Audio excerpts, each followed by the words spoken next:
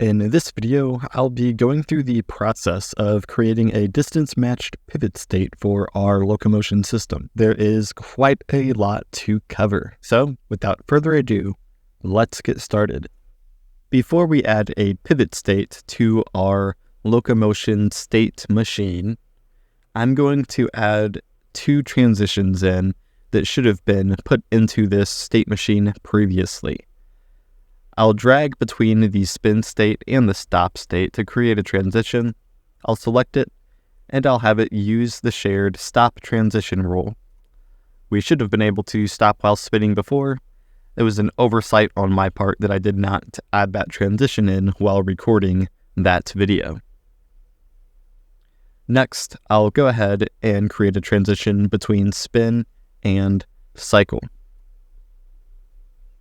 I'll select the previously created gate changed condition rule between start and cycle. I will click promote to shared, and I will go ahead and type in gate changed. I'll use the shared gate changed rule to transition between spin and cycle. Next, I will right-click into the graph and add a state. I'll name it pivot. I'll click into the state, and I'll go ahead and connect up our previously created pivot layer from our animation layer interface. Next, I'll right-click into the graph and create a new type of node, one that I have not yet covered in this series, a state alias. I'll name it pivot alias. This node can allow us to transition into a state from any other state within our graph following a transition rule that we create between the alias and our state.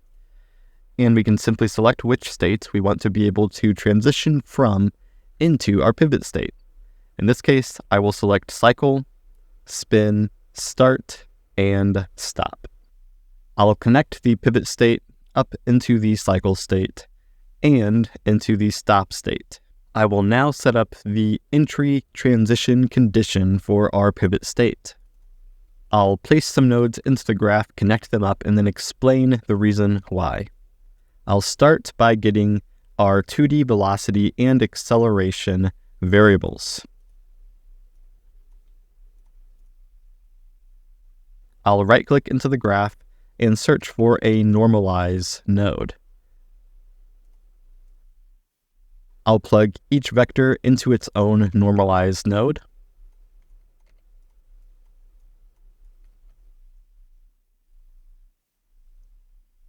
I'll drag out from one of the normalized nodes and search dot product. I'll get the dot product of these two normalized vectors. I'll take the result of that dot product and check if it is less than 0. If it is, we can enter from any of these states selected in the alias into our pivot state.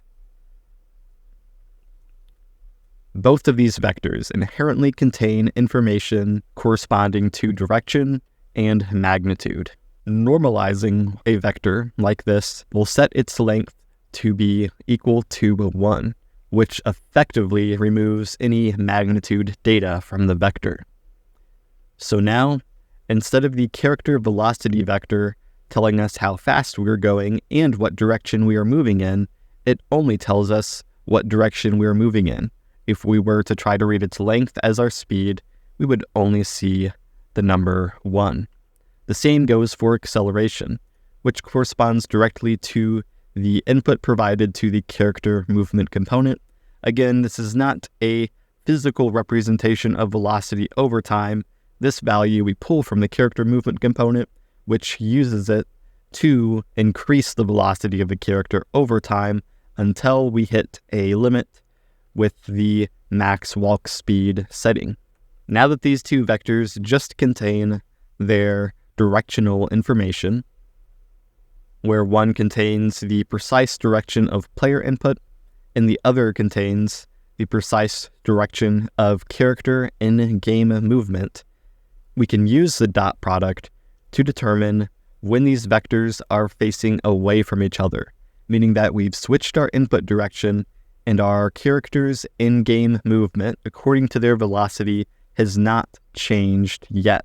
If this value is less than 0, they're close enough to opposing each other for us to pivot. Over time, the velocity will realign itself with the acceleration vector, and at that point, we'll be through our pivot motion where we've approached a point that we are going to stop at and then move away from that point in the opposite direction.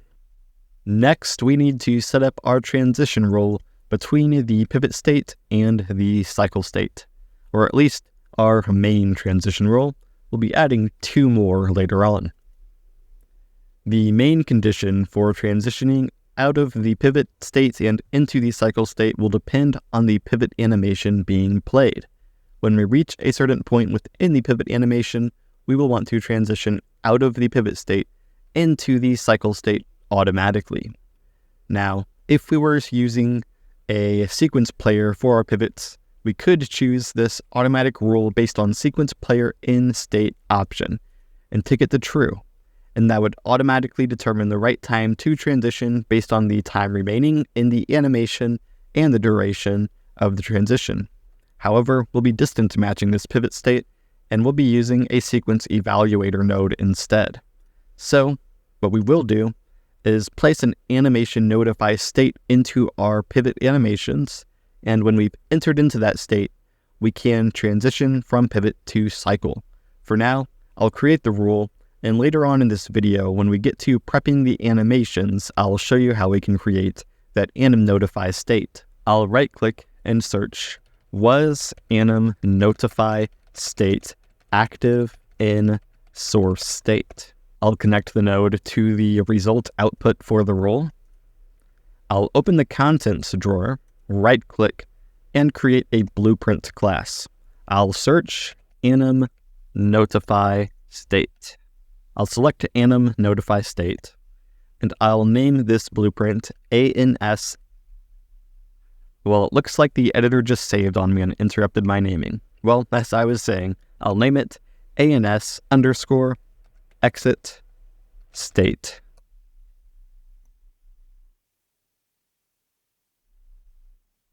With that done, I'll select that animation notify state from this drop-down menu in this node.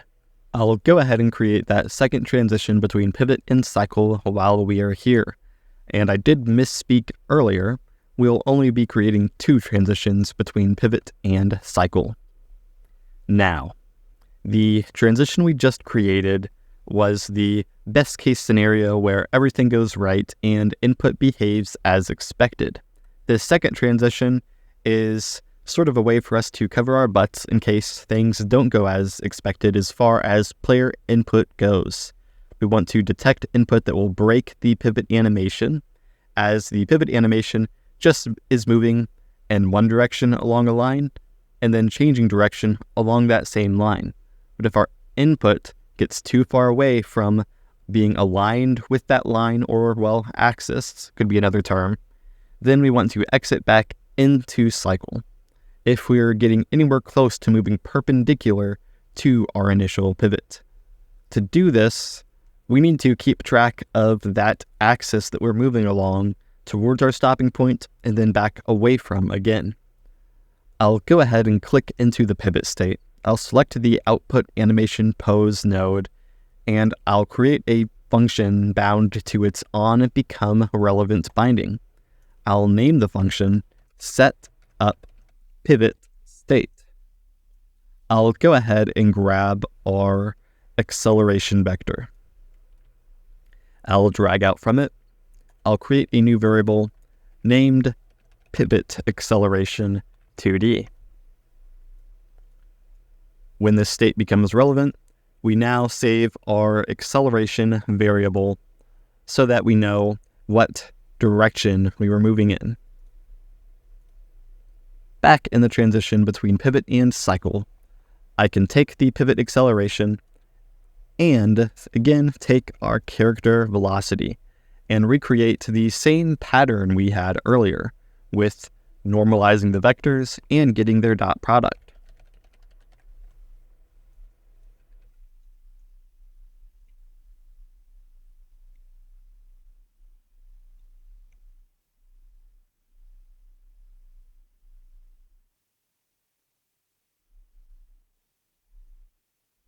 When the vectors are aligned, the dot product will be close to 1. When they are pointing opposite to each other, they'll be close to or exactly -1. So we can get the absolute value of the dot product, where 0 is going to be moving perpendicular and 1 is going to be moving along the initial pivot axis as determined by our acceleration vector when entering into the pivot state. I'll go ahead and get a less than node, and I'll check if this absolute value is less than 0.9. If it is, we're going to exit out of our pivot state and into our cycle state. Currently, we are setting our hip facing variable according to our desired hip facing whenever we enter into our cycle state. This is going to create some issues now that we can transition from the spin state to the pivot state. Additionally, the pivot state has a lengthy segment where our hip facing is first going to be forwards and then backwards into motion, or vice versa. If I open up a pivot animation, we can see that the character is first moving with the hips facing away from motion. And now the character is switched and the hips are facing into motion. And so if you were following along with the UUS animations and thus keeping track of that hip facing enumerator, you'll need to follow along with this section of the video as we rework our hip facing direction logic to, instead of setting the hip facing based on logic throughout our animation blueprint, we set it based on curves within our animations, and use the spin and pivot states to manage updating that hip facing as we animate the character according to player input. First, inside of the cycle state, I'll go ahead and remove the function bound to its OnBecomeRelevant binding that sets the hip facing. We actually no longer need this function, so I'll delete it out of the animation graph. This update cycle anims function is very old too. We don't need that. Next, I will go ahead and make my way over into the blueprint thread safe update animation function. And I'll click into the update orientation data function. Right now, we have a function named calculate locomotion direction and hip facing direction.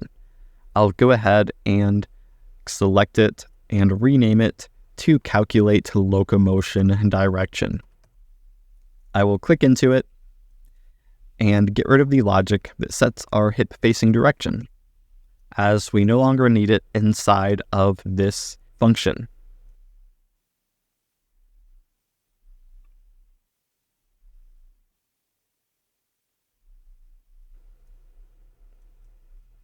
With that done, I'll back out. It looks like we have an error, and that is because we also had this set hip facing as desired function bound to our start animation layer. So I'll unbind it, compile, and now we have compiled successfully. So we'll be adding those hip facing curves to our start, pivot, spin, and cycle animations. We'll get to that when we get to the animation prep section of this video. Back in our update orientation data function, after we set our locomotion direction, we will go ahead and set our hip facing.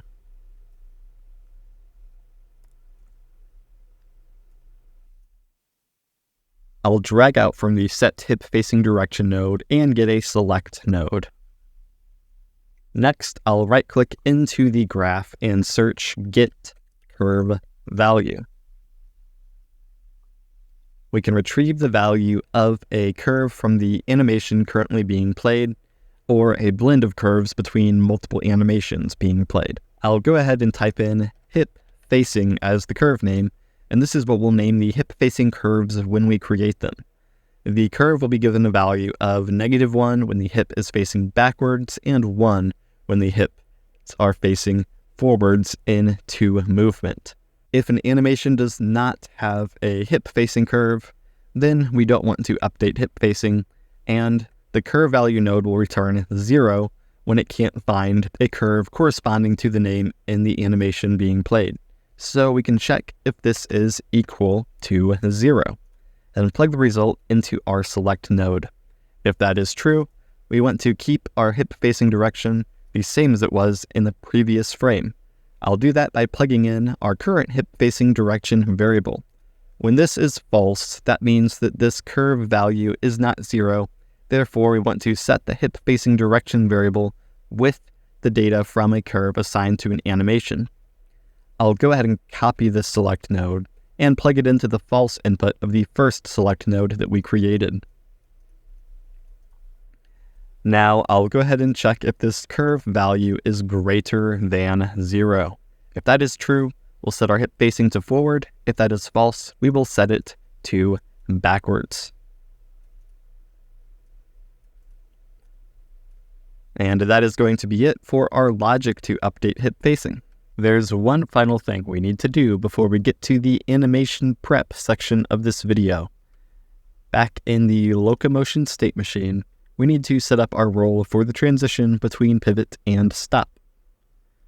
I'll go ahead and use the previously created shared transition role for stopping. With that done, we can move on to the next section. It is now time to prep our animations before we move on to our pivot locomotion layer setup. I'll go ahead and open the content drawer and I'll navigate to the pivot animations that I will be using. I'll go ahead and select everything in this file, though I won't be using all of them. It's just as simple because I'm going to right-click, go to Asset Actions, and bulk edit these animations. And I'll do the usual and set the curve compression to be uniform indexable, using the previously created uniform indexable curve compression settings asset that we have created back in the first video of this series that we did on distance matching. It's simply this type of curve compression settings asset with the dropdown set to uniform indexable. You can create it by right-clicking, going to Animation, Advanced, and selecting Curve Compression Settings. I'll go ahead and select the asset, and select the arrow next to the Curve Compression Settings path, and that will update the path to the current asset for all of the animations we're editing. I'll go ahead and save these and close out of this window. I can now open up that Curve Compression Settings asset and recompress the animations.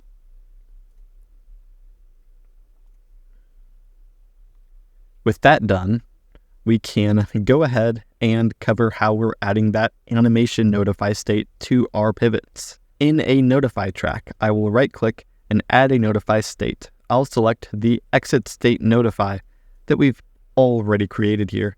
If you are following along with the Lyra animations as opposed to the UUS animations, there will already be an animation notify state with a different name, I believe transition to Locomotion, though I may be incorrect. You can simply use that and change the state being referenced in the drop-down menu in the transition instead of redoing this with a new state.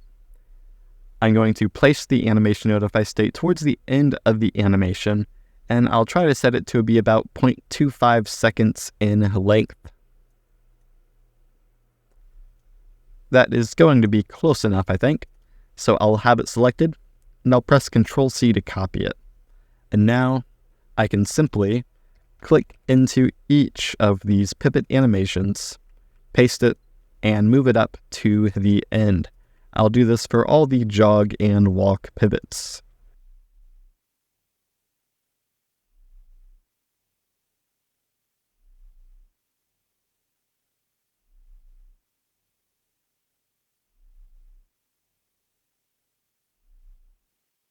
With the animation notify state inside of all of the pivot animations, I'll go ahead and move on to covering the distance curve.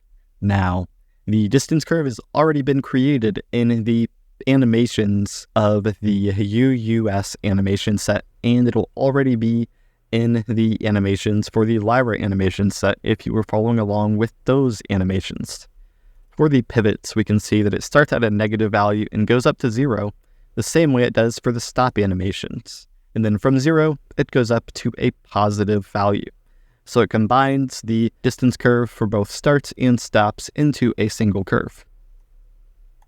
If you are following along with animations that do not have distance curves, or if you've re-imported animations as FBX files and have lost distance curves, you can go up to this window drop down and choose the Animation Data Modifiers window. Make sure you have the Animation Modifier Library plugin enabled. You can simply go to the Plugins menu, go to the Animation section, and there it is, Animation Modifier Library. I already have it enabled in this project, so we can add a distance curve modifier.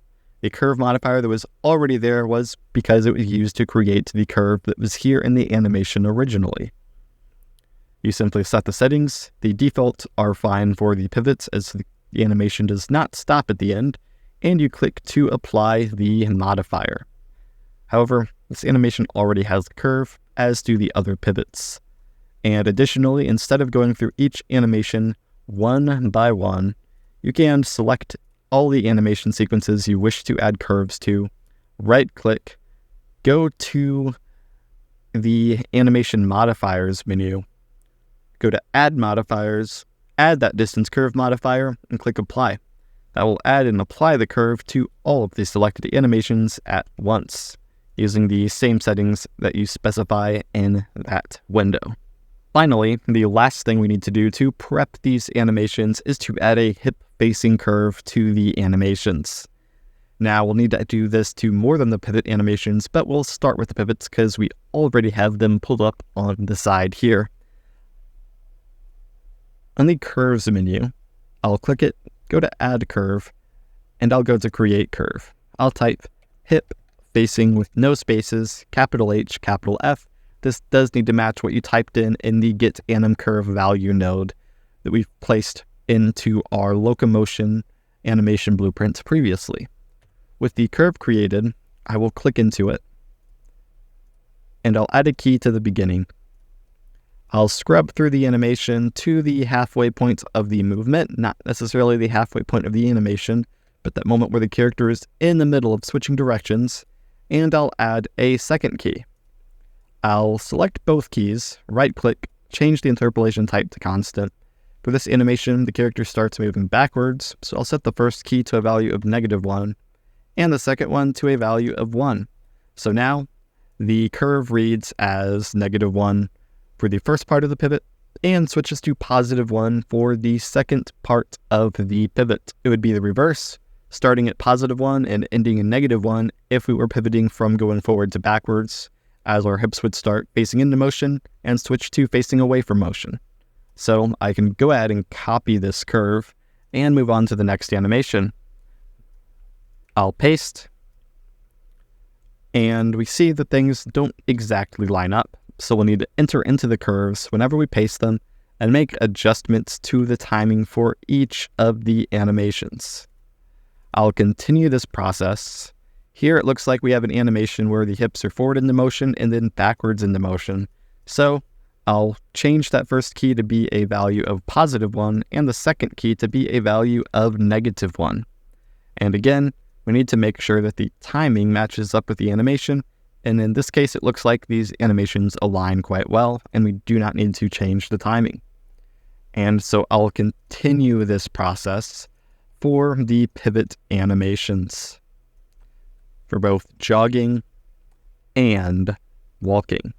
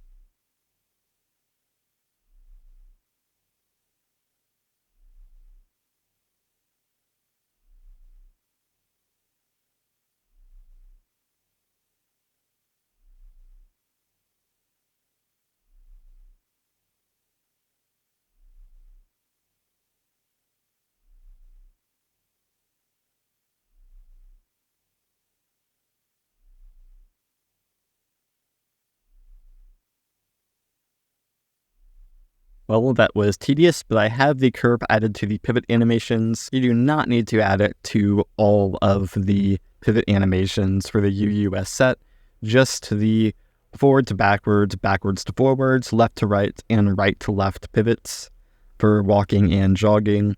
The 45 and 135 degree pivot animations do not require these curves or the animation notify state. After the pivots, we can move on to the spins. We're still not done, though the pivots were the largest number of animations to add these curves to. Again, I'll just continue to paste the curve here and follow the same process. We're moving backwards, and, well, that was a bit harder to see where that midway point is in the spin. What we can do is we can uncheck Enable Root Motion, Force Root Lock, and that'll make things a bit easier to see. That's about the halfway point of the spin, so I'll line things up there, backwards into motion, forwards into motion. Just be sure to recheck both of those boxes to make sure things work properly once we get back to playing in the game with the character. So I'll continue the process and go through each of these animations.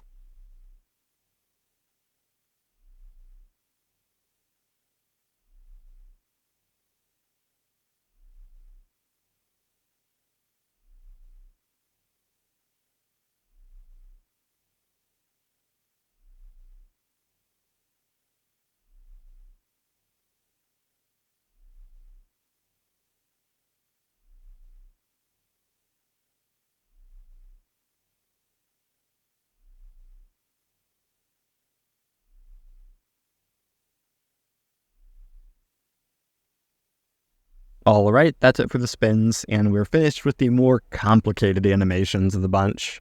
Now I'll go to the start animations, paste, and we only need one key in our curve now. So hips forward into motion is a value of +1, backwards is a value of -1. So I'll just create a -1 curve and paste into all of the backwards facing start animations. And we will not need to be making any adjustments, so this will go much more quickly. Once I'm done with the backwards facing starts, I'll do the same for the forward facing starts, but with a curve that has a value of +1. You can ignore the animation notify named ExitAnim that's in some of these start states, as it's just something left over from a previous test of mine.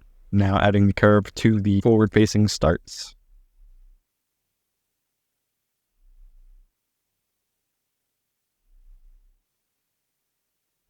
Finally, the loop animations do the same as the starts.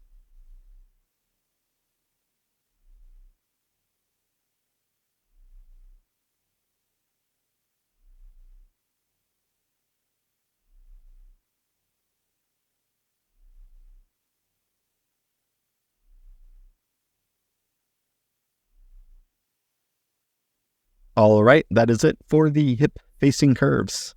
It was tedious, but it is finally done. With the animation prep complete, the hip-facing curve added to our pivot animations and the other animations we need to make everything work correctly now that we have both a pivot and a spin state in our locomotion state machine. If I go to play in the third-person map, you'll see that the spin state does not work. We start to play a spin animation, or try to, and transition back and forth between spin and cycle, and it just doesn't work. And this is an issue with the transition roll from cycle to spin that I did not previously notice. You may remember back when we created the start state that, perhaps due to a bug with the engine, I'm not certain, the values within the base animation blueprint accessed within an animation blueprint that we use the linked layers from can lag behind by a frame.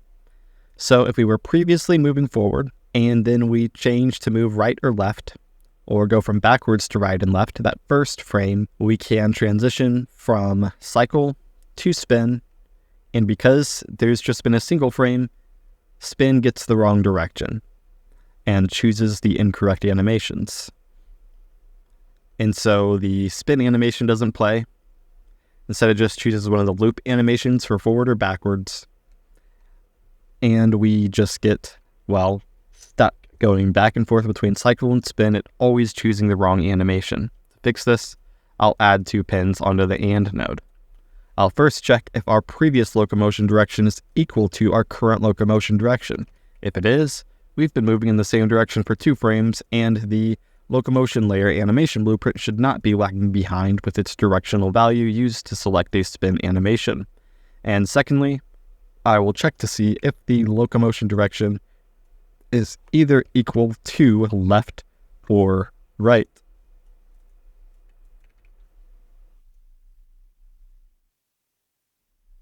As we will only want to transition from cycle to spin if we're moving left or right, and never when we're moving forward or backwards.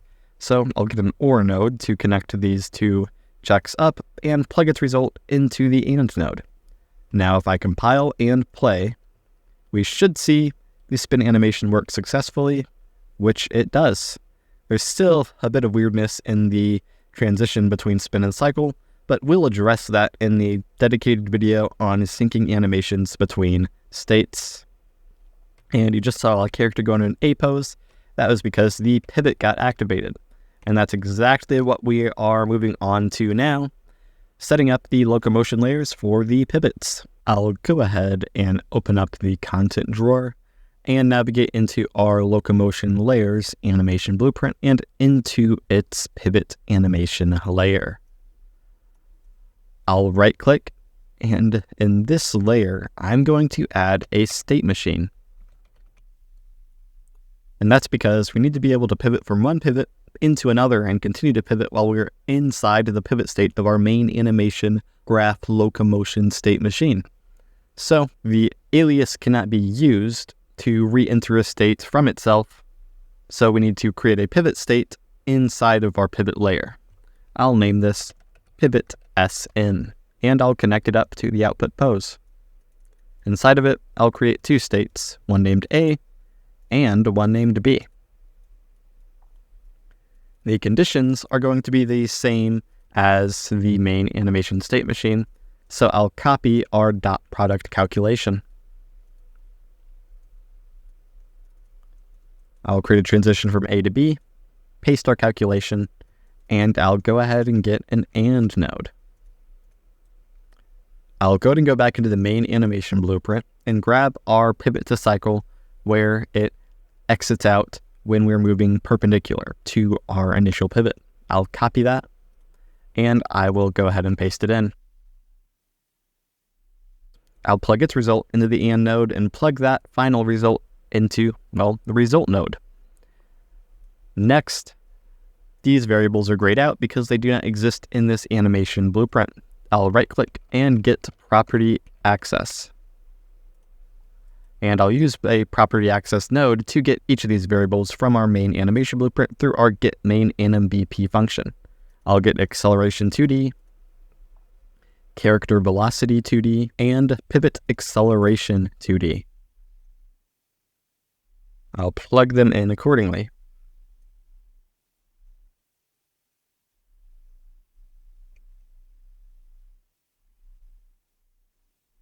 And to keep things organized, I'll duplicate this character velocity and plug it in separately to each of these nodes. With that complete, I'll copy this transition. Actually, there's no need to copy everything. I'll create a second one from B to A, and I'll promote the transition between A and B to shared. I'll name it once to pivot. And I'll use the shared once to pivot transition from B to A. Now I'll select both of these. I'll change the duration to 0.4 and switch the blend logic from a standard blend to inertialization. I will also select the fast feet blend profile that's there within the engine by default. Next, I'll enter into one of these states, and once we're done putting everything in, I'll copy it over into the second state. I will start by creating a sequence evaluator node.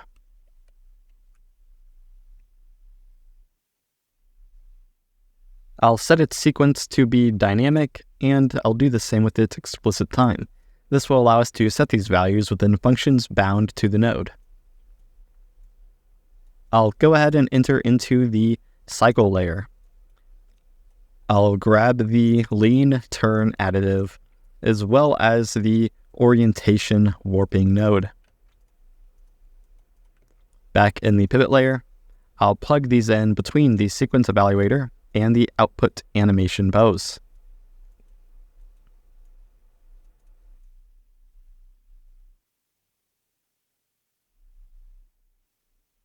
For the pivot state, I'm going to change the min root motion speed threshold to 0, as we will be stopping in the pivot animation before moving in another direction. I'm also going to change this locomotion angle delta threshold to 0 as well. Additionally, I'm going to go ahead and change the distributed bone orientation alpha to 0.75 as opposed to 0.5. With that complete, I'll select the sequence evaluator, and I'll create a new function bound to its OnBecomeRelevant binding named setUpPivotAnims. I'll go ahead and go into the cycle layer again and get to its update cycle anims function. And I'll go ahead and copy the logic used to select a cycling animation. Back in the setUpPivotAnims function, I will paste this logic. Your logic may look different if you are following along with the Lyra animations as opposed to the UUS animations, as you will not be dealing with separating animations out based on whether or not the hips are facing forward into motion or backward into motion. As long as the logic matches what you have in cycle, things will work just fine. I'll plug the update context into the set sequence node, and I'll drag out from the node input, and I'll get a convert to sequence evaluator node. Additionally, I'll need to get rid of this set sequence with inertial blending as it's meant for a sequence player, and I'll have to replace it with a set sequence with inertial blending meant for a sequence evaluator. That complete, I'll go ahead and plug that sequence back in. Now, we're still accessing cycle animation variables. I'll scroll down and I'll go ahead and copy the variables from a different animation set. It can be any of them, and I'll replace that first word with pivot. And I'll do this for each of the 4 variables, the 2 jog and the 2 walk. If you're following along with the Lyra animations, you'll only have 2 in total as opposed to the 4 that I have.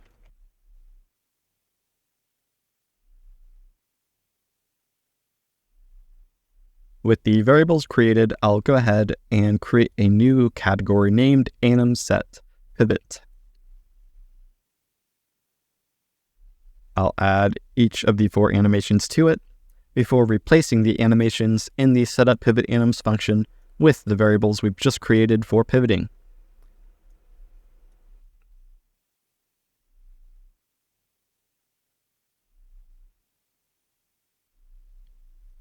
Next, I'll go ahead and right-click and get a set explicit time node, and I'll plug it in between the set sequence with inertial blending node and the return value node. And I'll go ahead and connect it up to the convert to sequence evaluator node and add summary routes in to keep the graph relatively organized. There's one more thing we need to do in our setUpPivotAnims function. Right now, we're determining our animation based on our locomotion direction, which is calculated with our locomotion angle, which is based on our velocity. The pivot state is a state where our velocity enters facing in one direction, and then, when we're exiting it, it's facing another. But acceleration is always constant and always the same, so it's going to be safer to determine our animations based on our acceleration as opposed to our velocity. So back in the main animation blueprint, inside of our update orientation data function, I'm going to copy the grouping of nodes that we use to set our locomotion angle. And I'm going to duplicate our locomotion angle variable and create a new acceleration locomotion angle variable. Now, I could rename the locomotion angle to be named velocity locomotion angle. It would be more accurate, but that'll break all the property access nodes where we access that variable, and I'd have to go through and just manually reset them all to reference the new velocity locomotion angle because the names would be different. And I'd rather not do that right now as I'm recording the video, so we'll leave it as it is. I'll replace this second locomotion angle variable node with our acceleration locomotion angle and our character velocity 2D with our acceleration 2D variable. With that complete, we can go ahead and extend our nodes here on our graph, give ourselves some space, and copy our calculate locomotion direction node. I'll paste it in after we set our locomotion direction, and this time I'm going to plug in our acceleration locomotion angle, and I'll duplicate our locomotion direction variable and rename the duplicated variable acceleration locomotion direction. I'll go ahead and plug it in, and now I'll go ahead and plug in the same settings direct into both of these. So we now have a locomotion direction calculated with our acceleration as opposed to our velocity. I'll go ahead and use the return value to set that acceleration locomotion direction variable. With that complete, we can move on back into our setup pivot anims function. I'll go ahead and change the locomotion direction reference to reference the acceleration locomotion direction. With that complete, we can go back into our locomotion layers unarmed animation blueprint and open up our variables for our pivot animation set. And I will go ahead and set these accordingly. So in this case, forward isn't going to be jog forward to jog backwards pivot. It's going to be jog backwards to jog forwards pivot. So I'll go ahead and search pivot, and I'll select jog pivot B to F left up. As they're just left foot up, right foot up variations, we're just going to be using the left foot up variations. For backwards, we'll be using the pivots forward to backwards. For right, this is hips forward, so we're going to be using pivot left hips forward to right hips backward. So the hip alignment matches with the current hip alignment, but the direction is switched around. So for jog hips forward, for the right slot, we pivot left forward to right backwards. For the left slot, we pivot right forward to left backwards. For hips backward into motion, we're going to use the same pivot backwards to forwards and pivot forwards to backwards. So I'll search pivot, select backwards to forwards, and then forwards to backwards. For right, we're going to do left backwards to right forwards. So LB to RF 90 degrees. There it is. I'll select it. And then for left, we'll do RB to LF 90 degrees. And I'll follow that same pattern for the walk animations.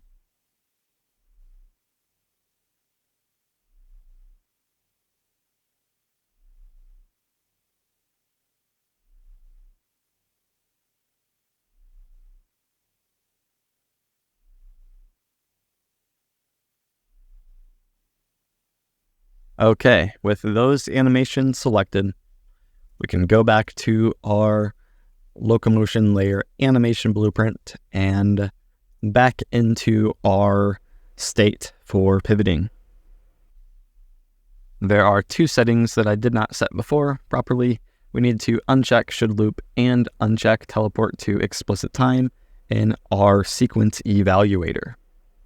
We do not have too much further to go. Next, we're going to create a update function bound to our OnUpdate binding for our sequence evaluator named update pivot anims.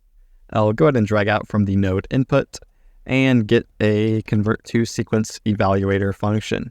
I will promote the results of that function to a local variable named sequence evaluator. With that done, I'll connect it up, and now when we enter into our pivot state, we want to do orientation warping based on our locomotion angle calculated from acceleration. But as we are moving away from our pivot location and our velocity has changed, we want to start orientation warping with our velocity. To accomplish this, I'll go ahead and go back into this pivot state and grab the dot product calculation that determines whether or not we are in that first part of the pivot or not, meaning our acceleration is opposed to our velocity. Back in the update function, I'll paste it, and I'll go ahead and create a new float variable inside of this animation blueprint named pivot locomotion angle.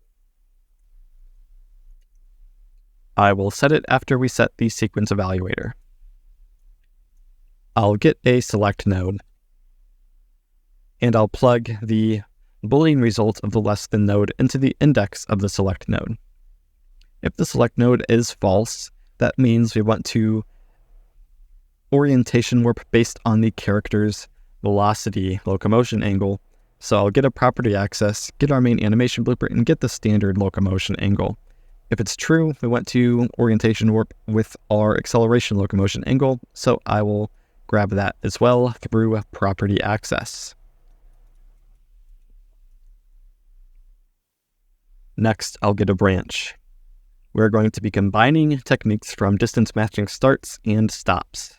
So while this dot product is less than 0, we're moving towards our pivot point in the world, and we're going to distance match as if we were stopping with a distance match to target node.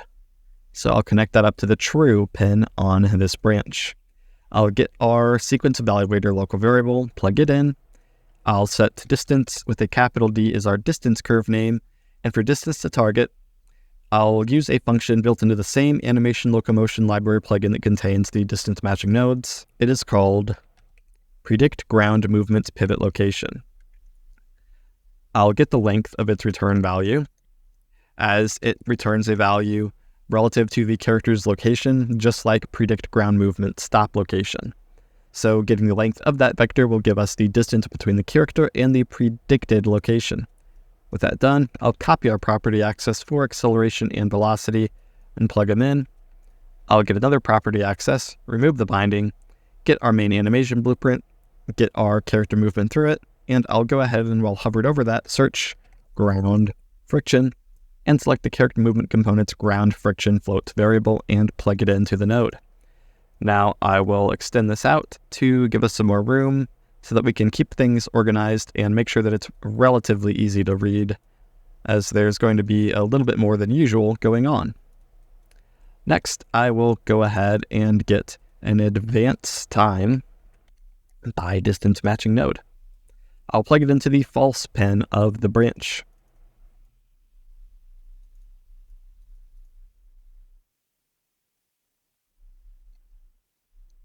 I'll get our sequence evaluator local variable, plug it in, and I'll right-click and search context to get our context input for the function and plug it in directly instead of dragging a line across all the other nodes in the graph. For distance traveled, I'll get property access, get our main animation blueprint, and get our location delta float variable that we've previously calculated and are using in our distance matching for our start layer. For the curve name, I'll select distance, and I'll go ahead and plug these both into the return node. There's actually one more thing we need to do in our update pivot anims function. I'll go ahead and get a sequence node and plug it in to the true part of our branch, and its second execution pin will be plugged into our distance matching node. The first, it is going to be plugged in to another branch.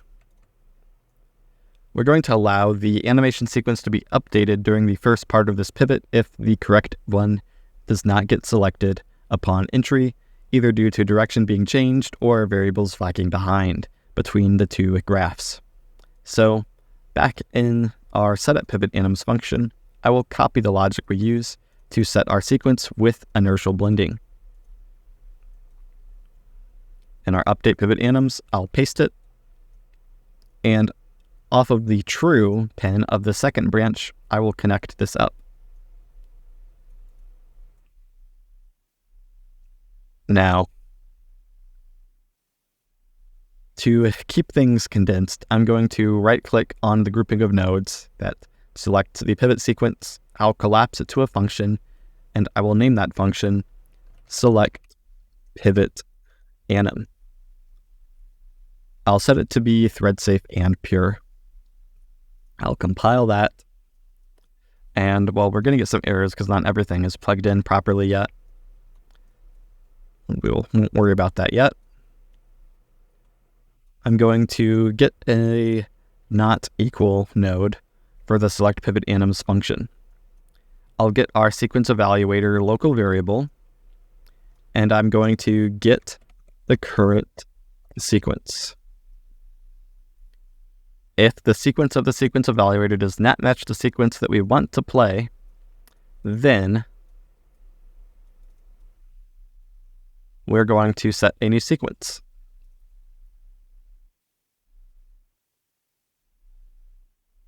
I'll plug in our sequence evaluator, our update context,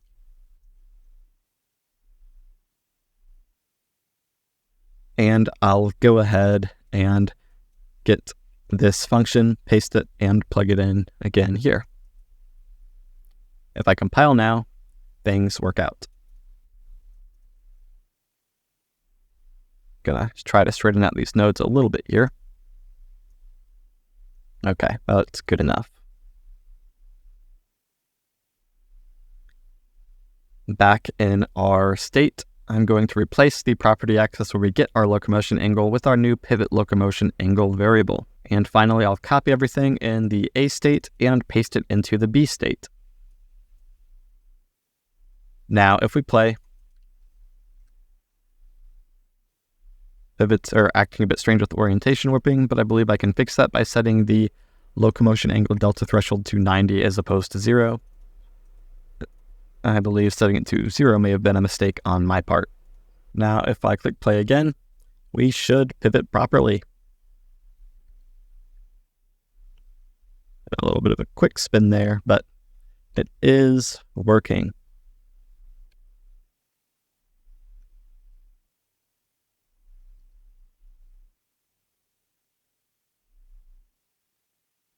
And if we try to rapidly change directions while pivoting, we do exit the state properly. And pivoting at angles does work too.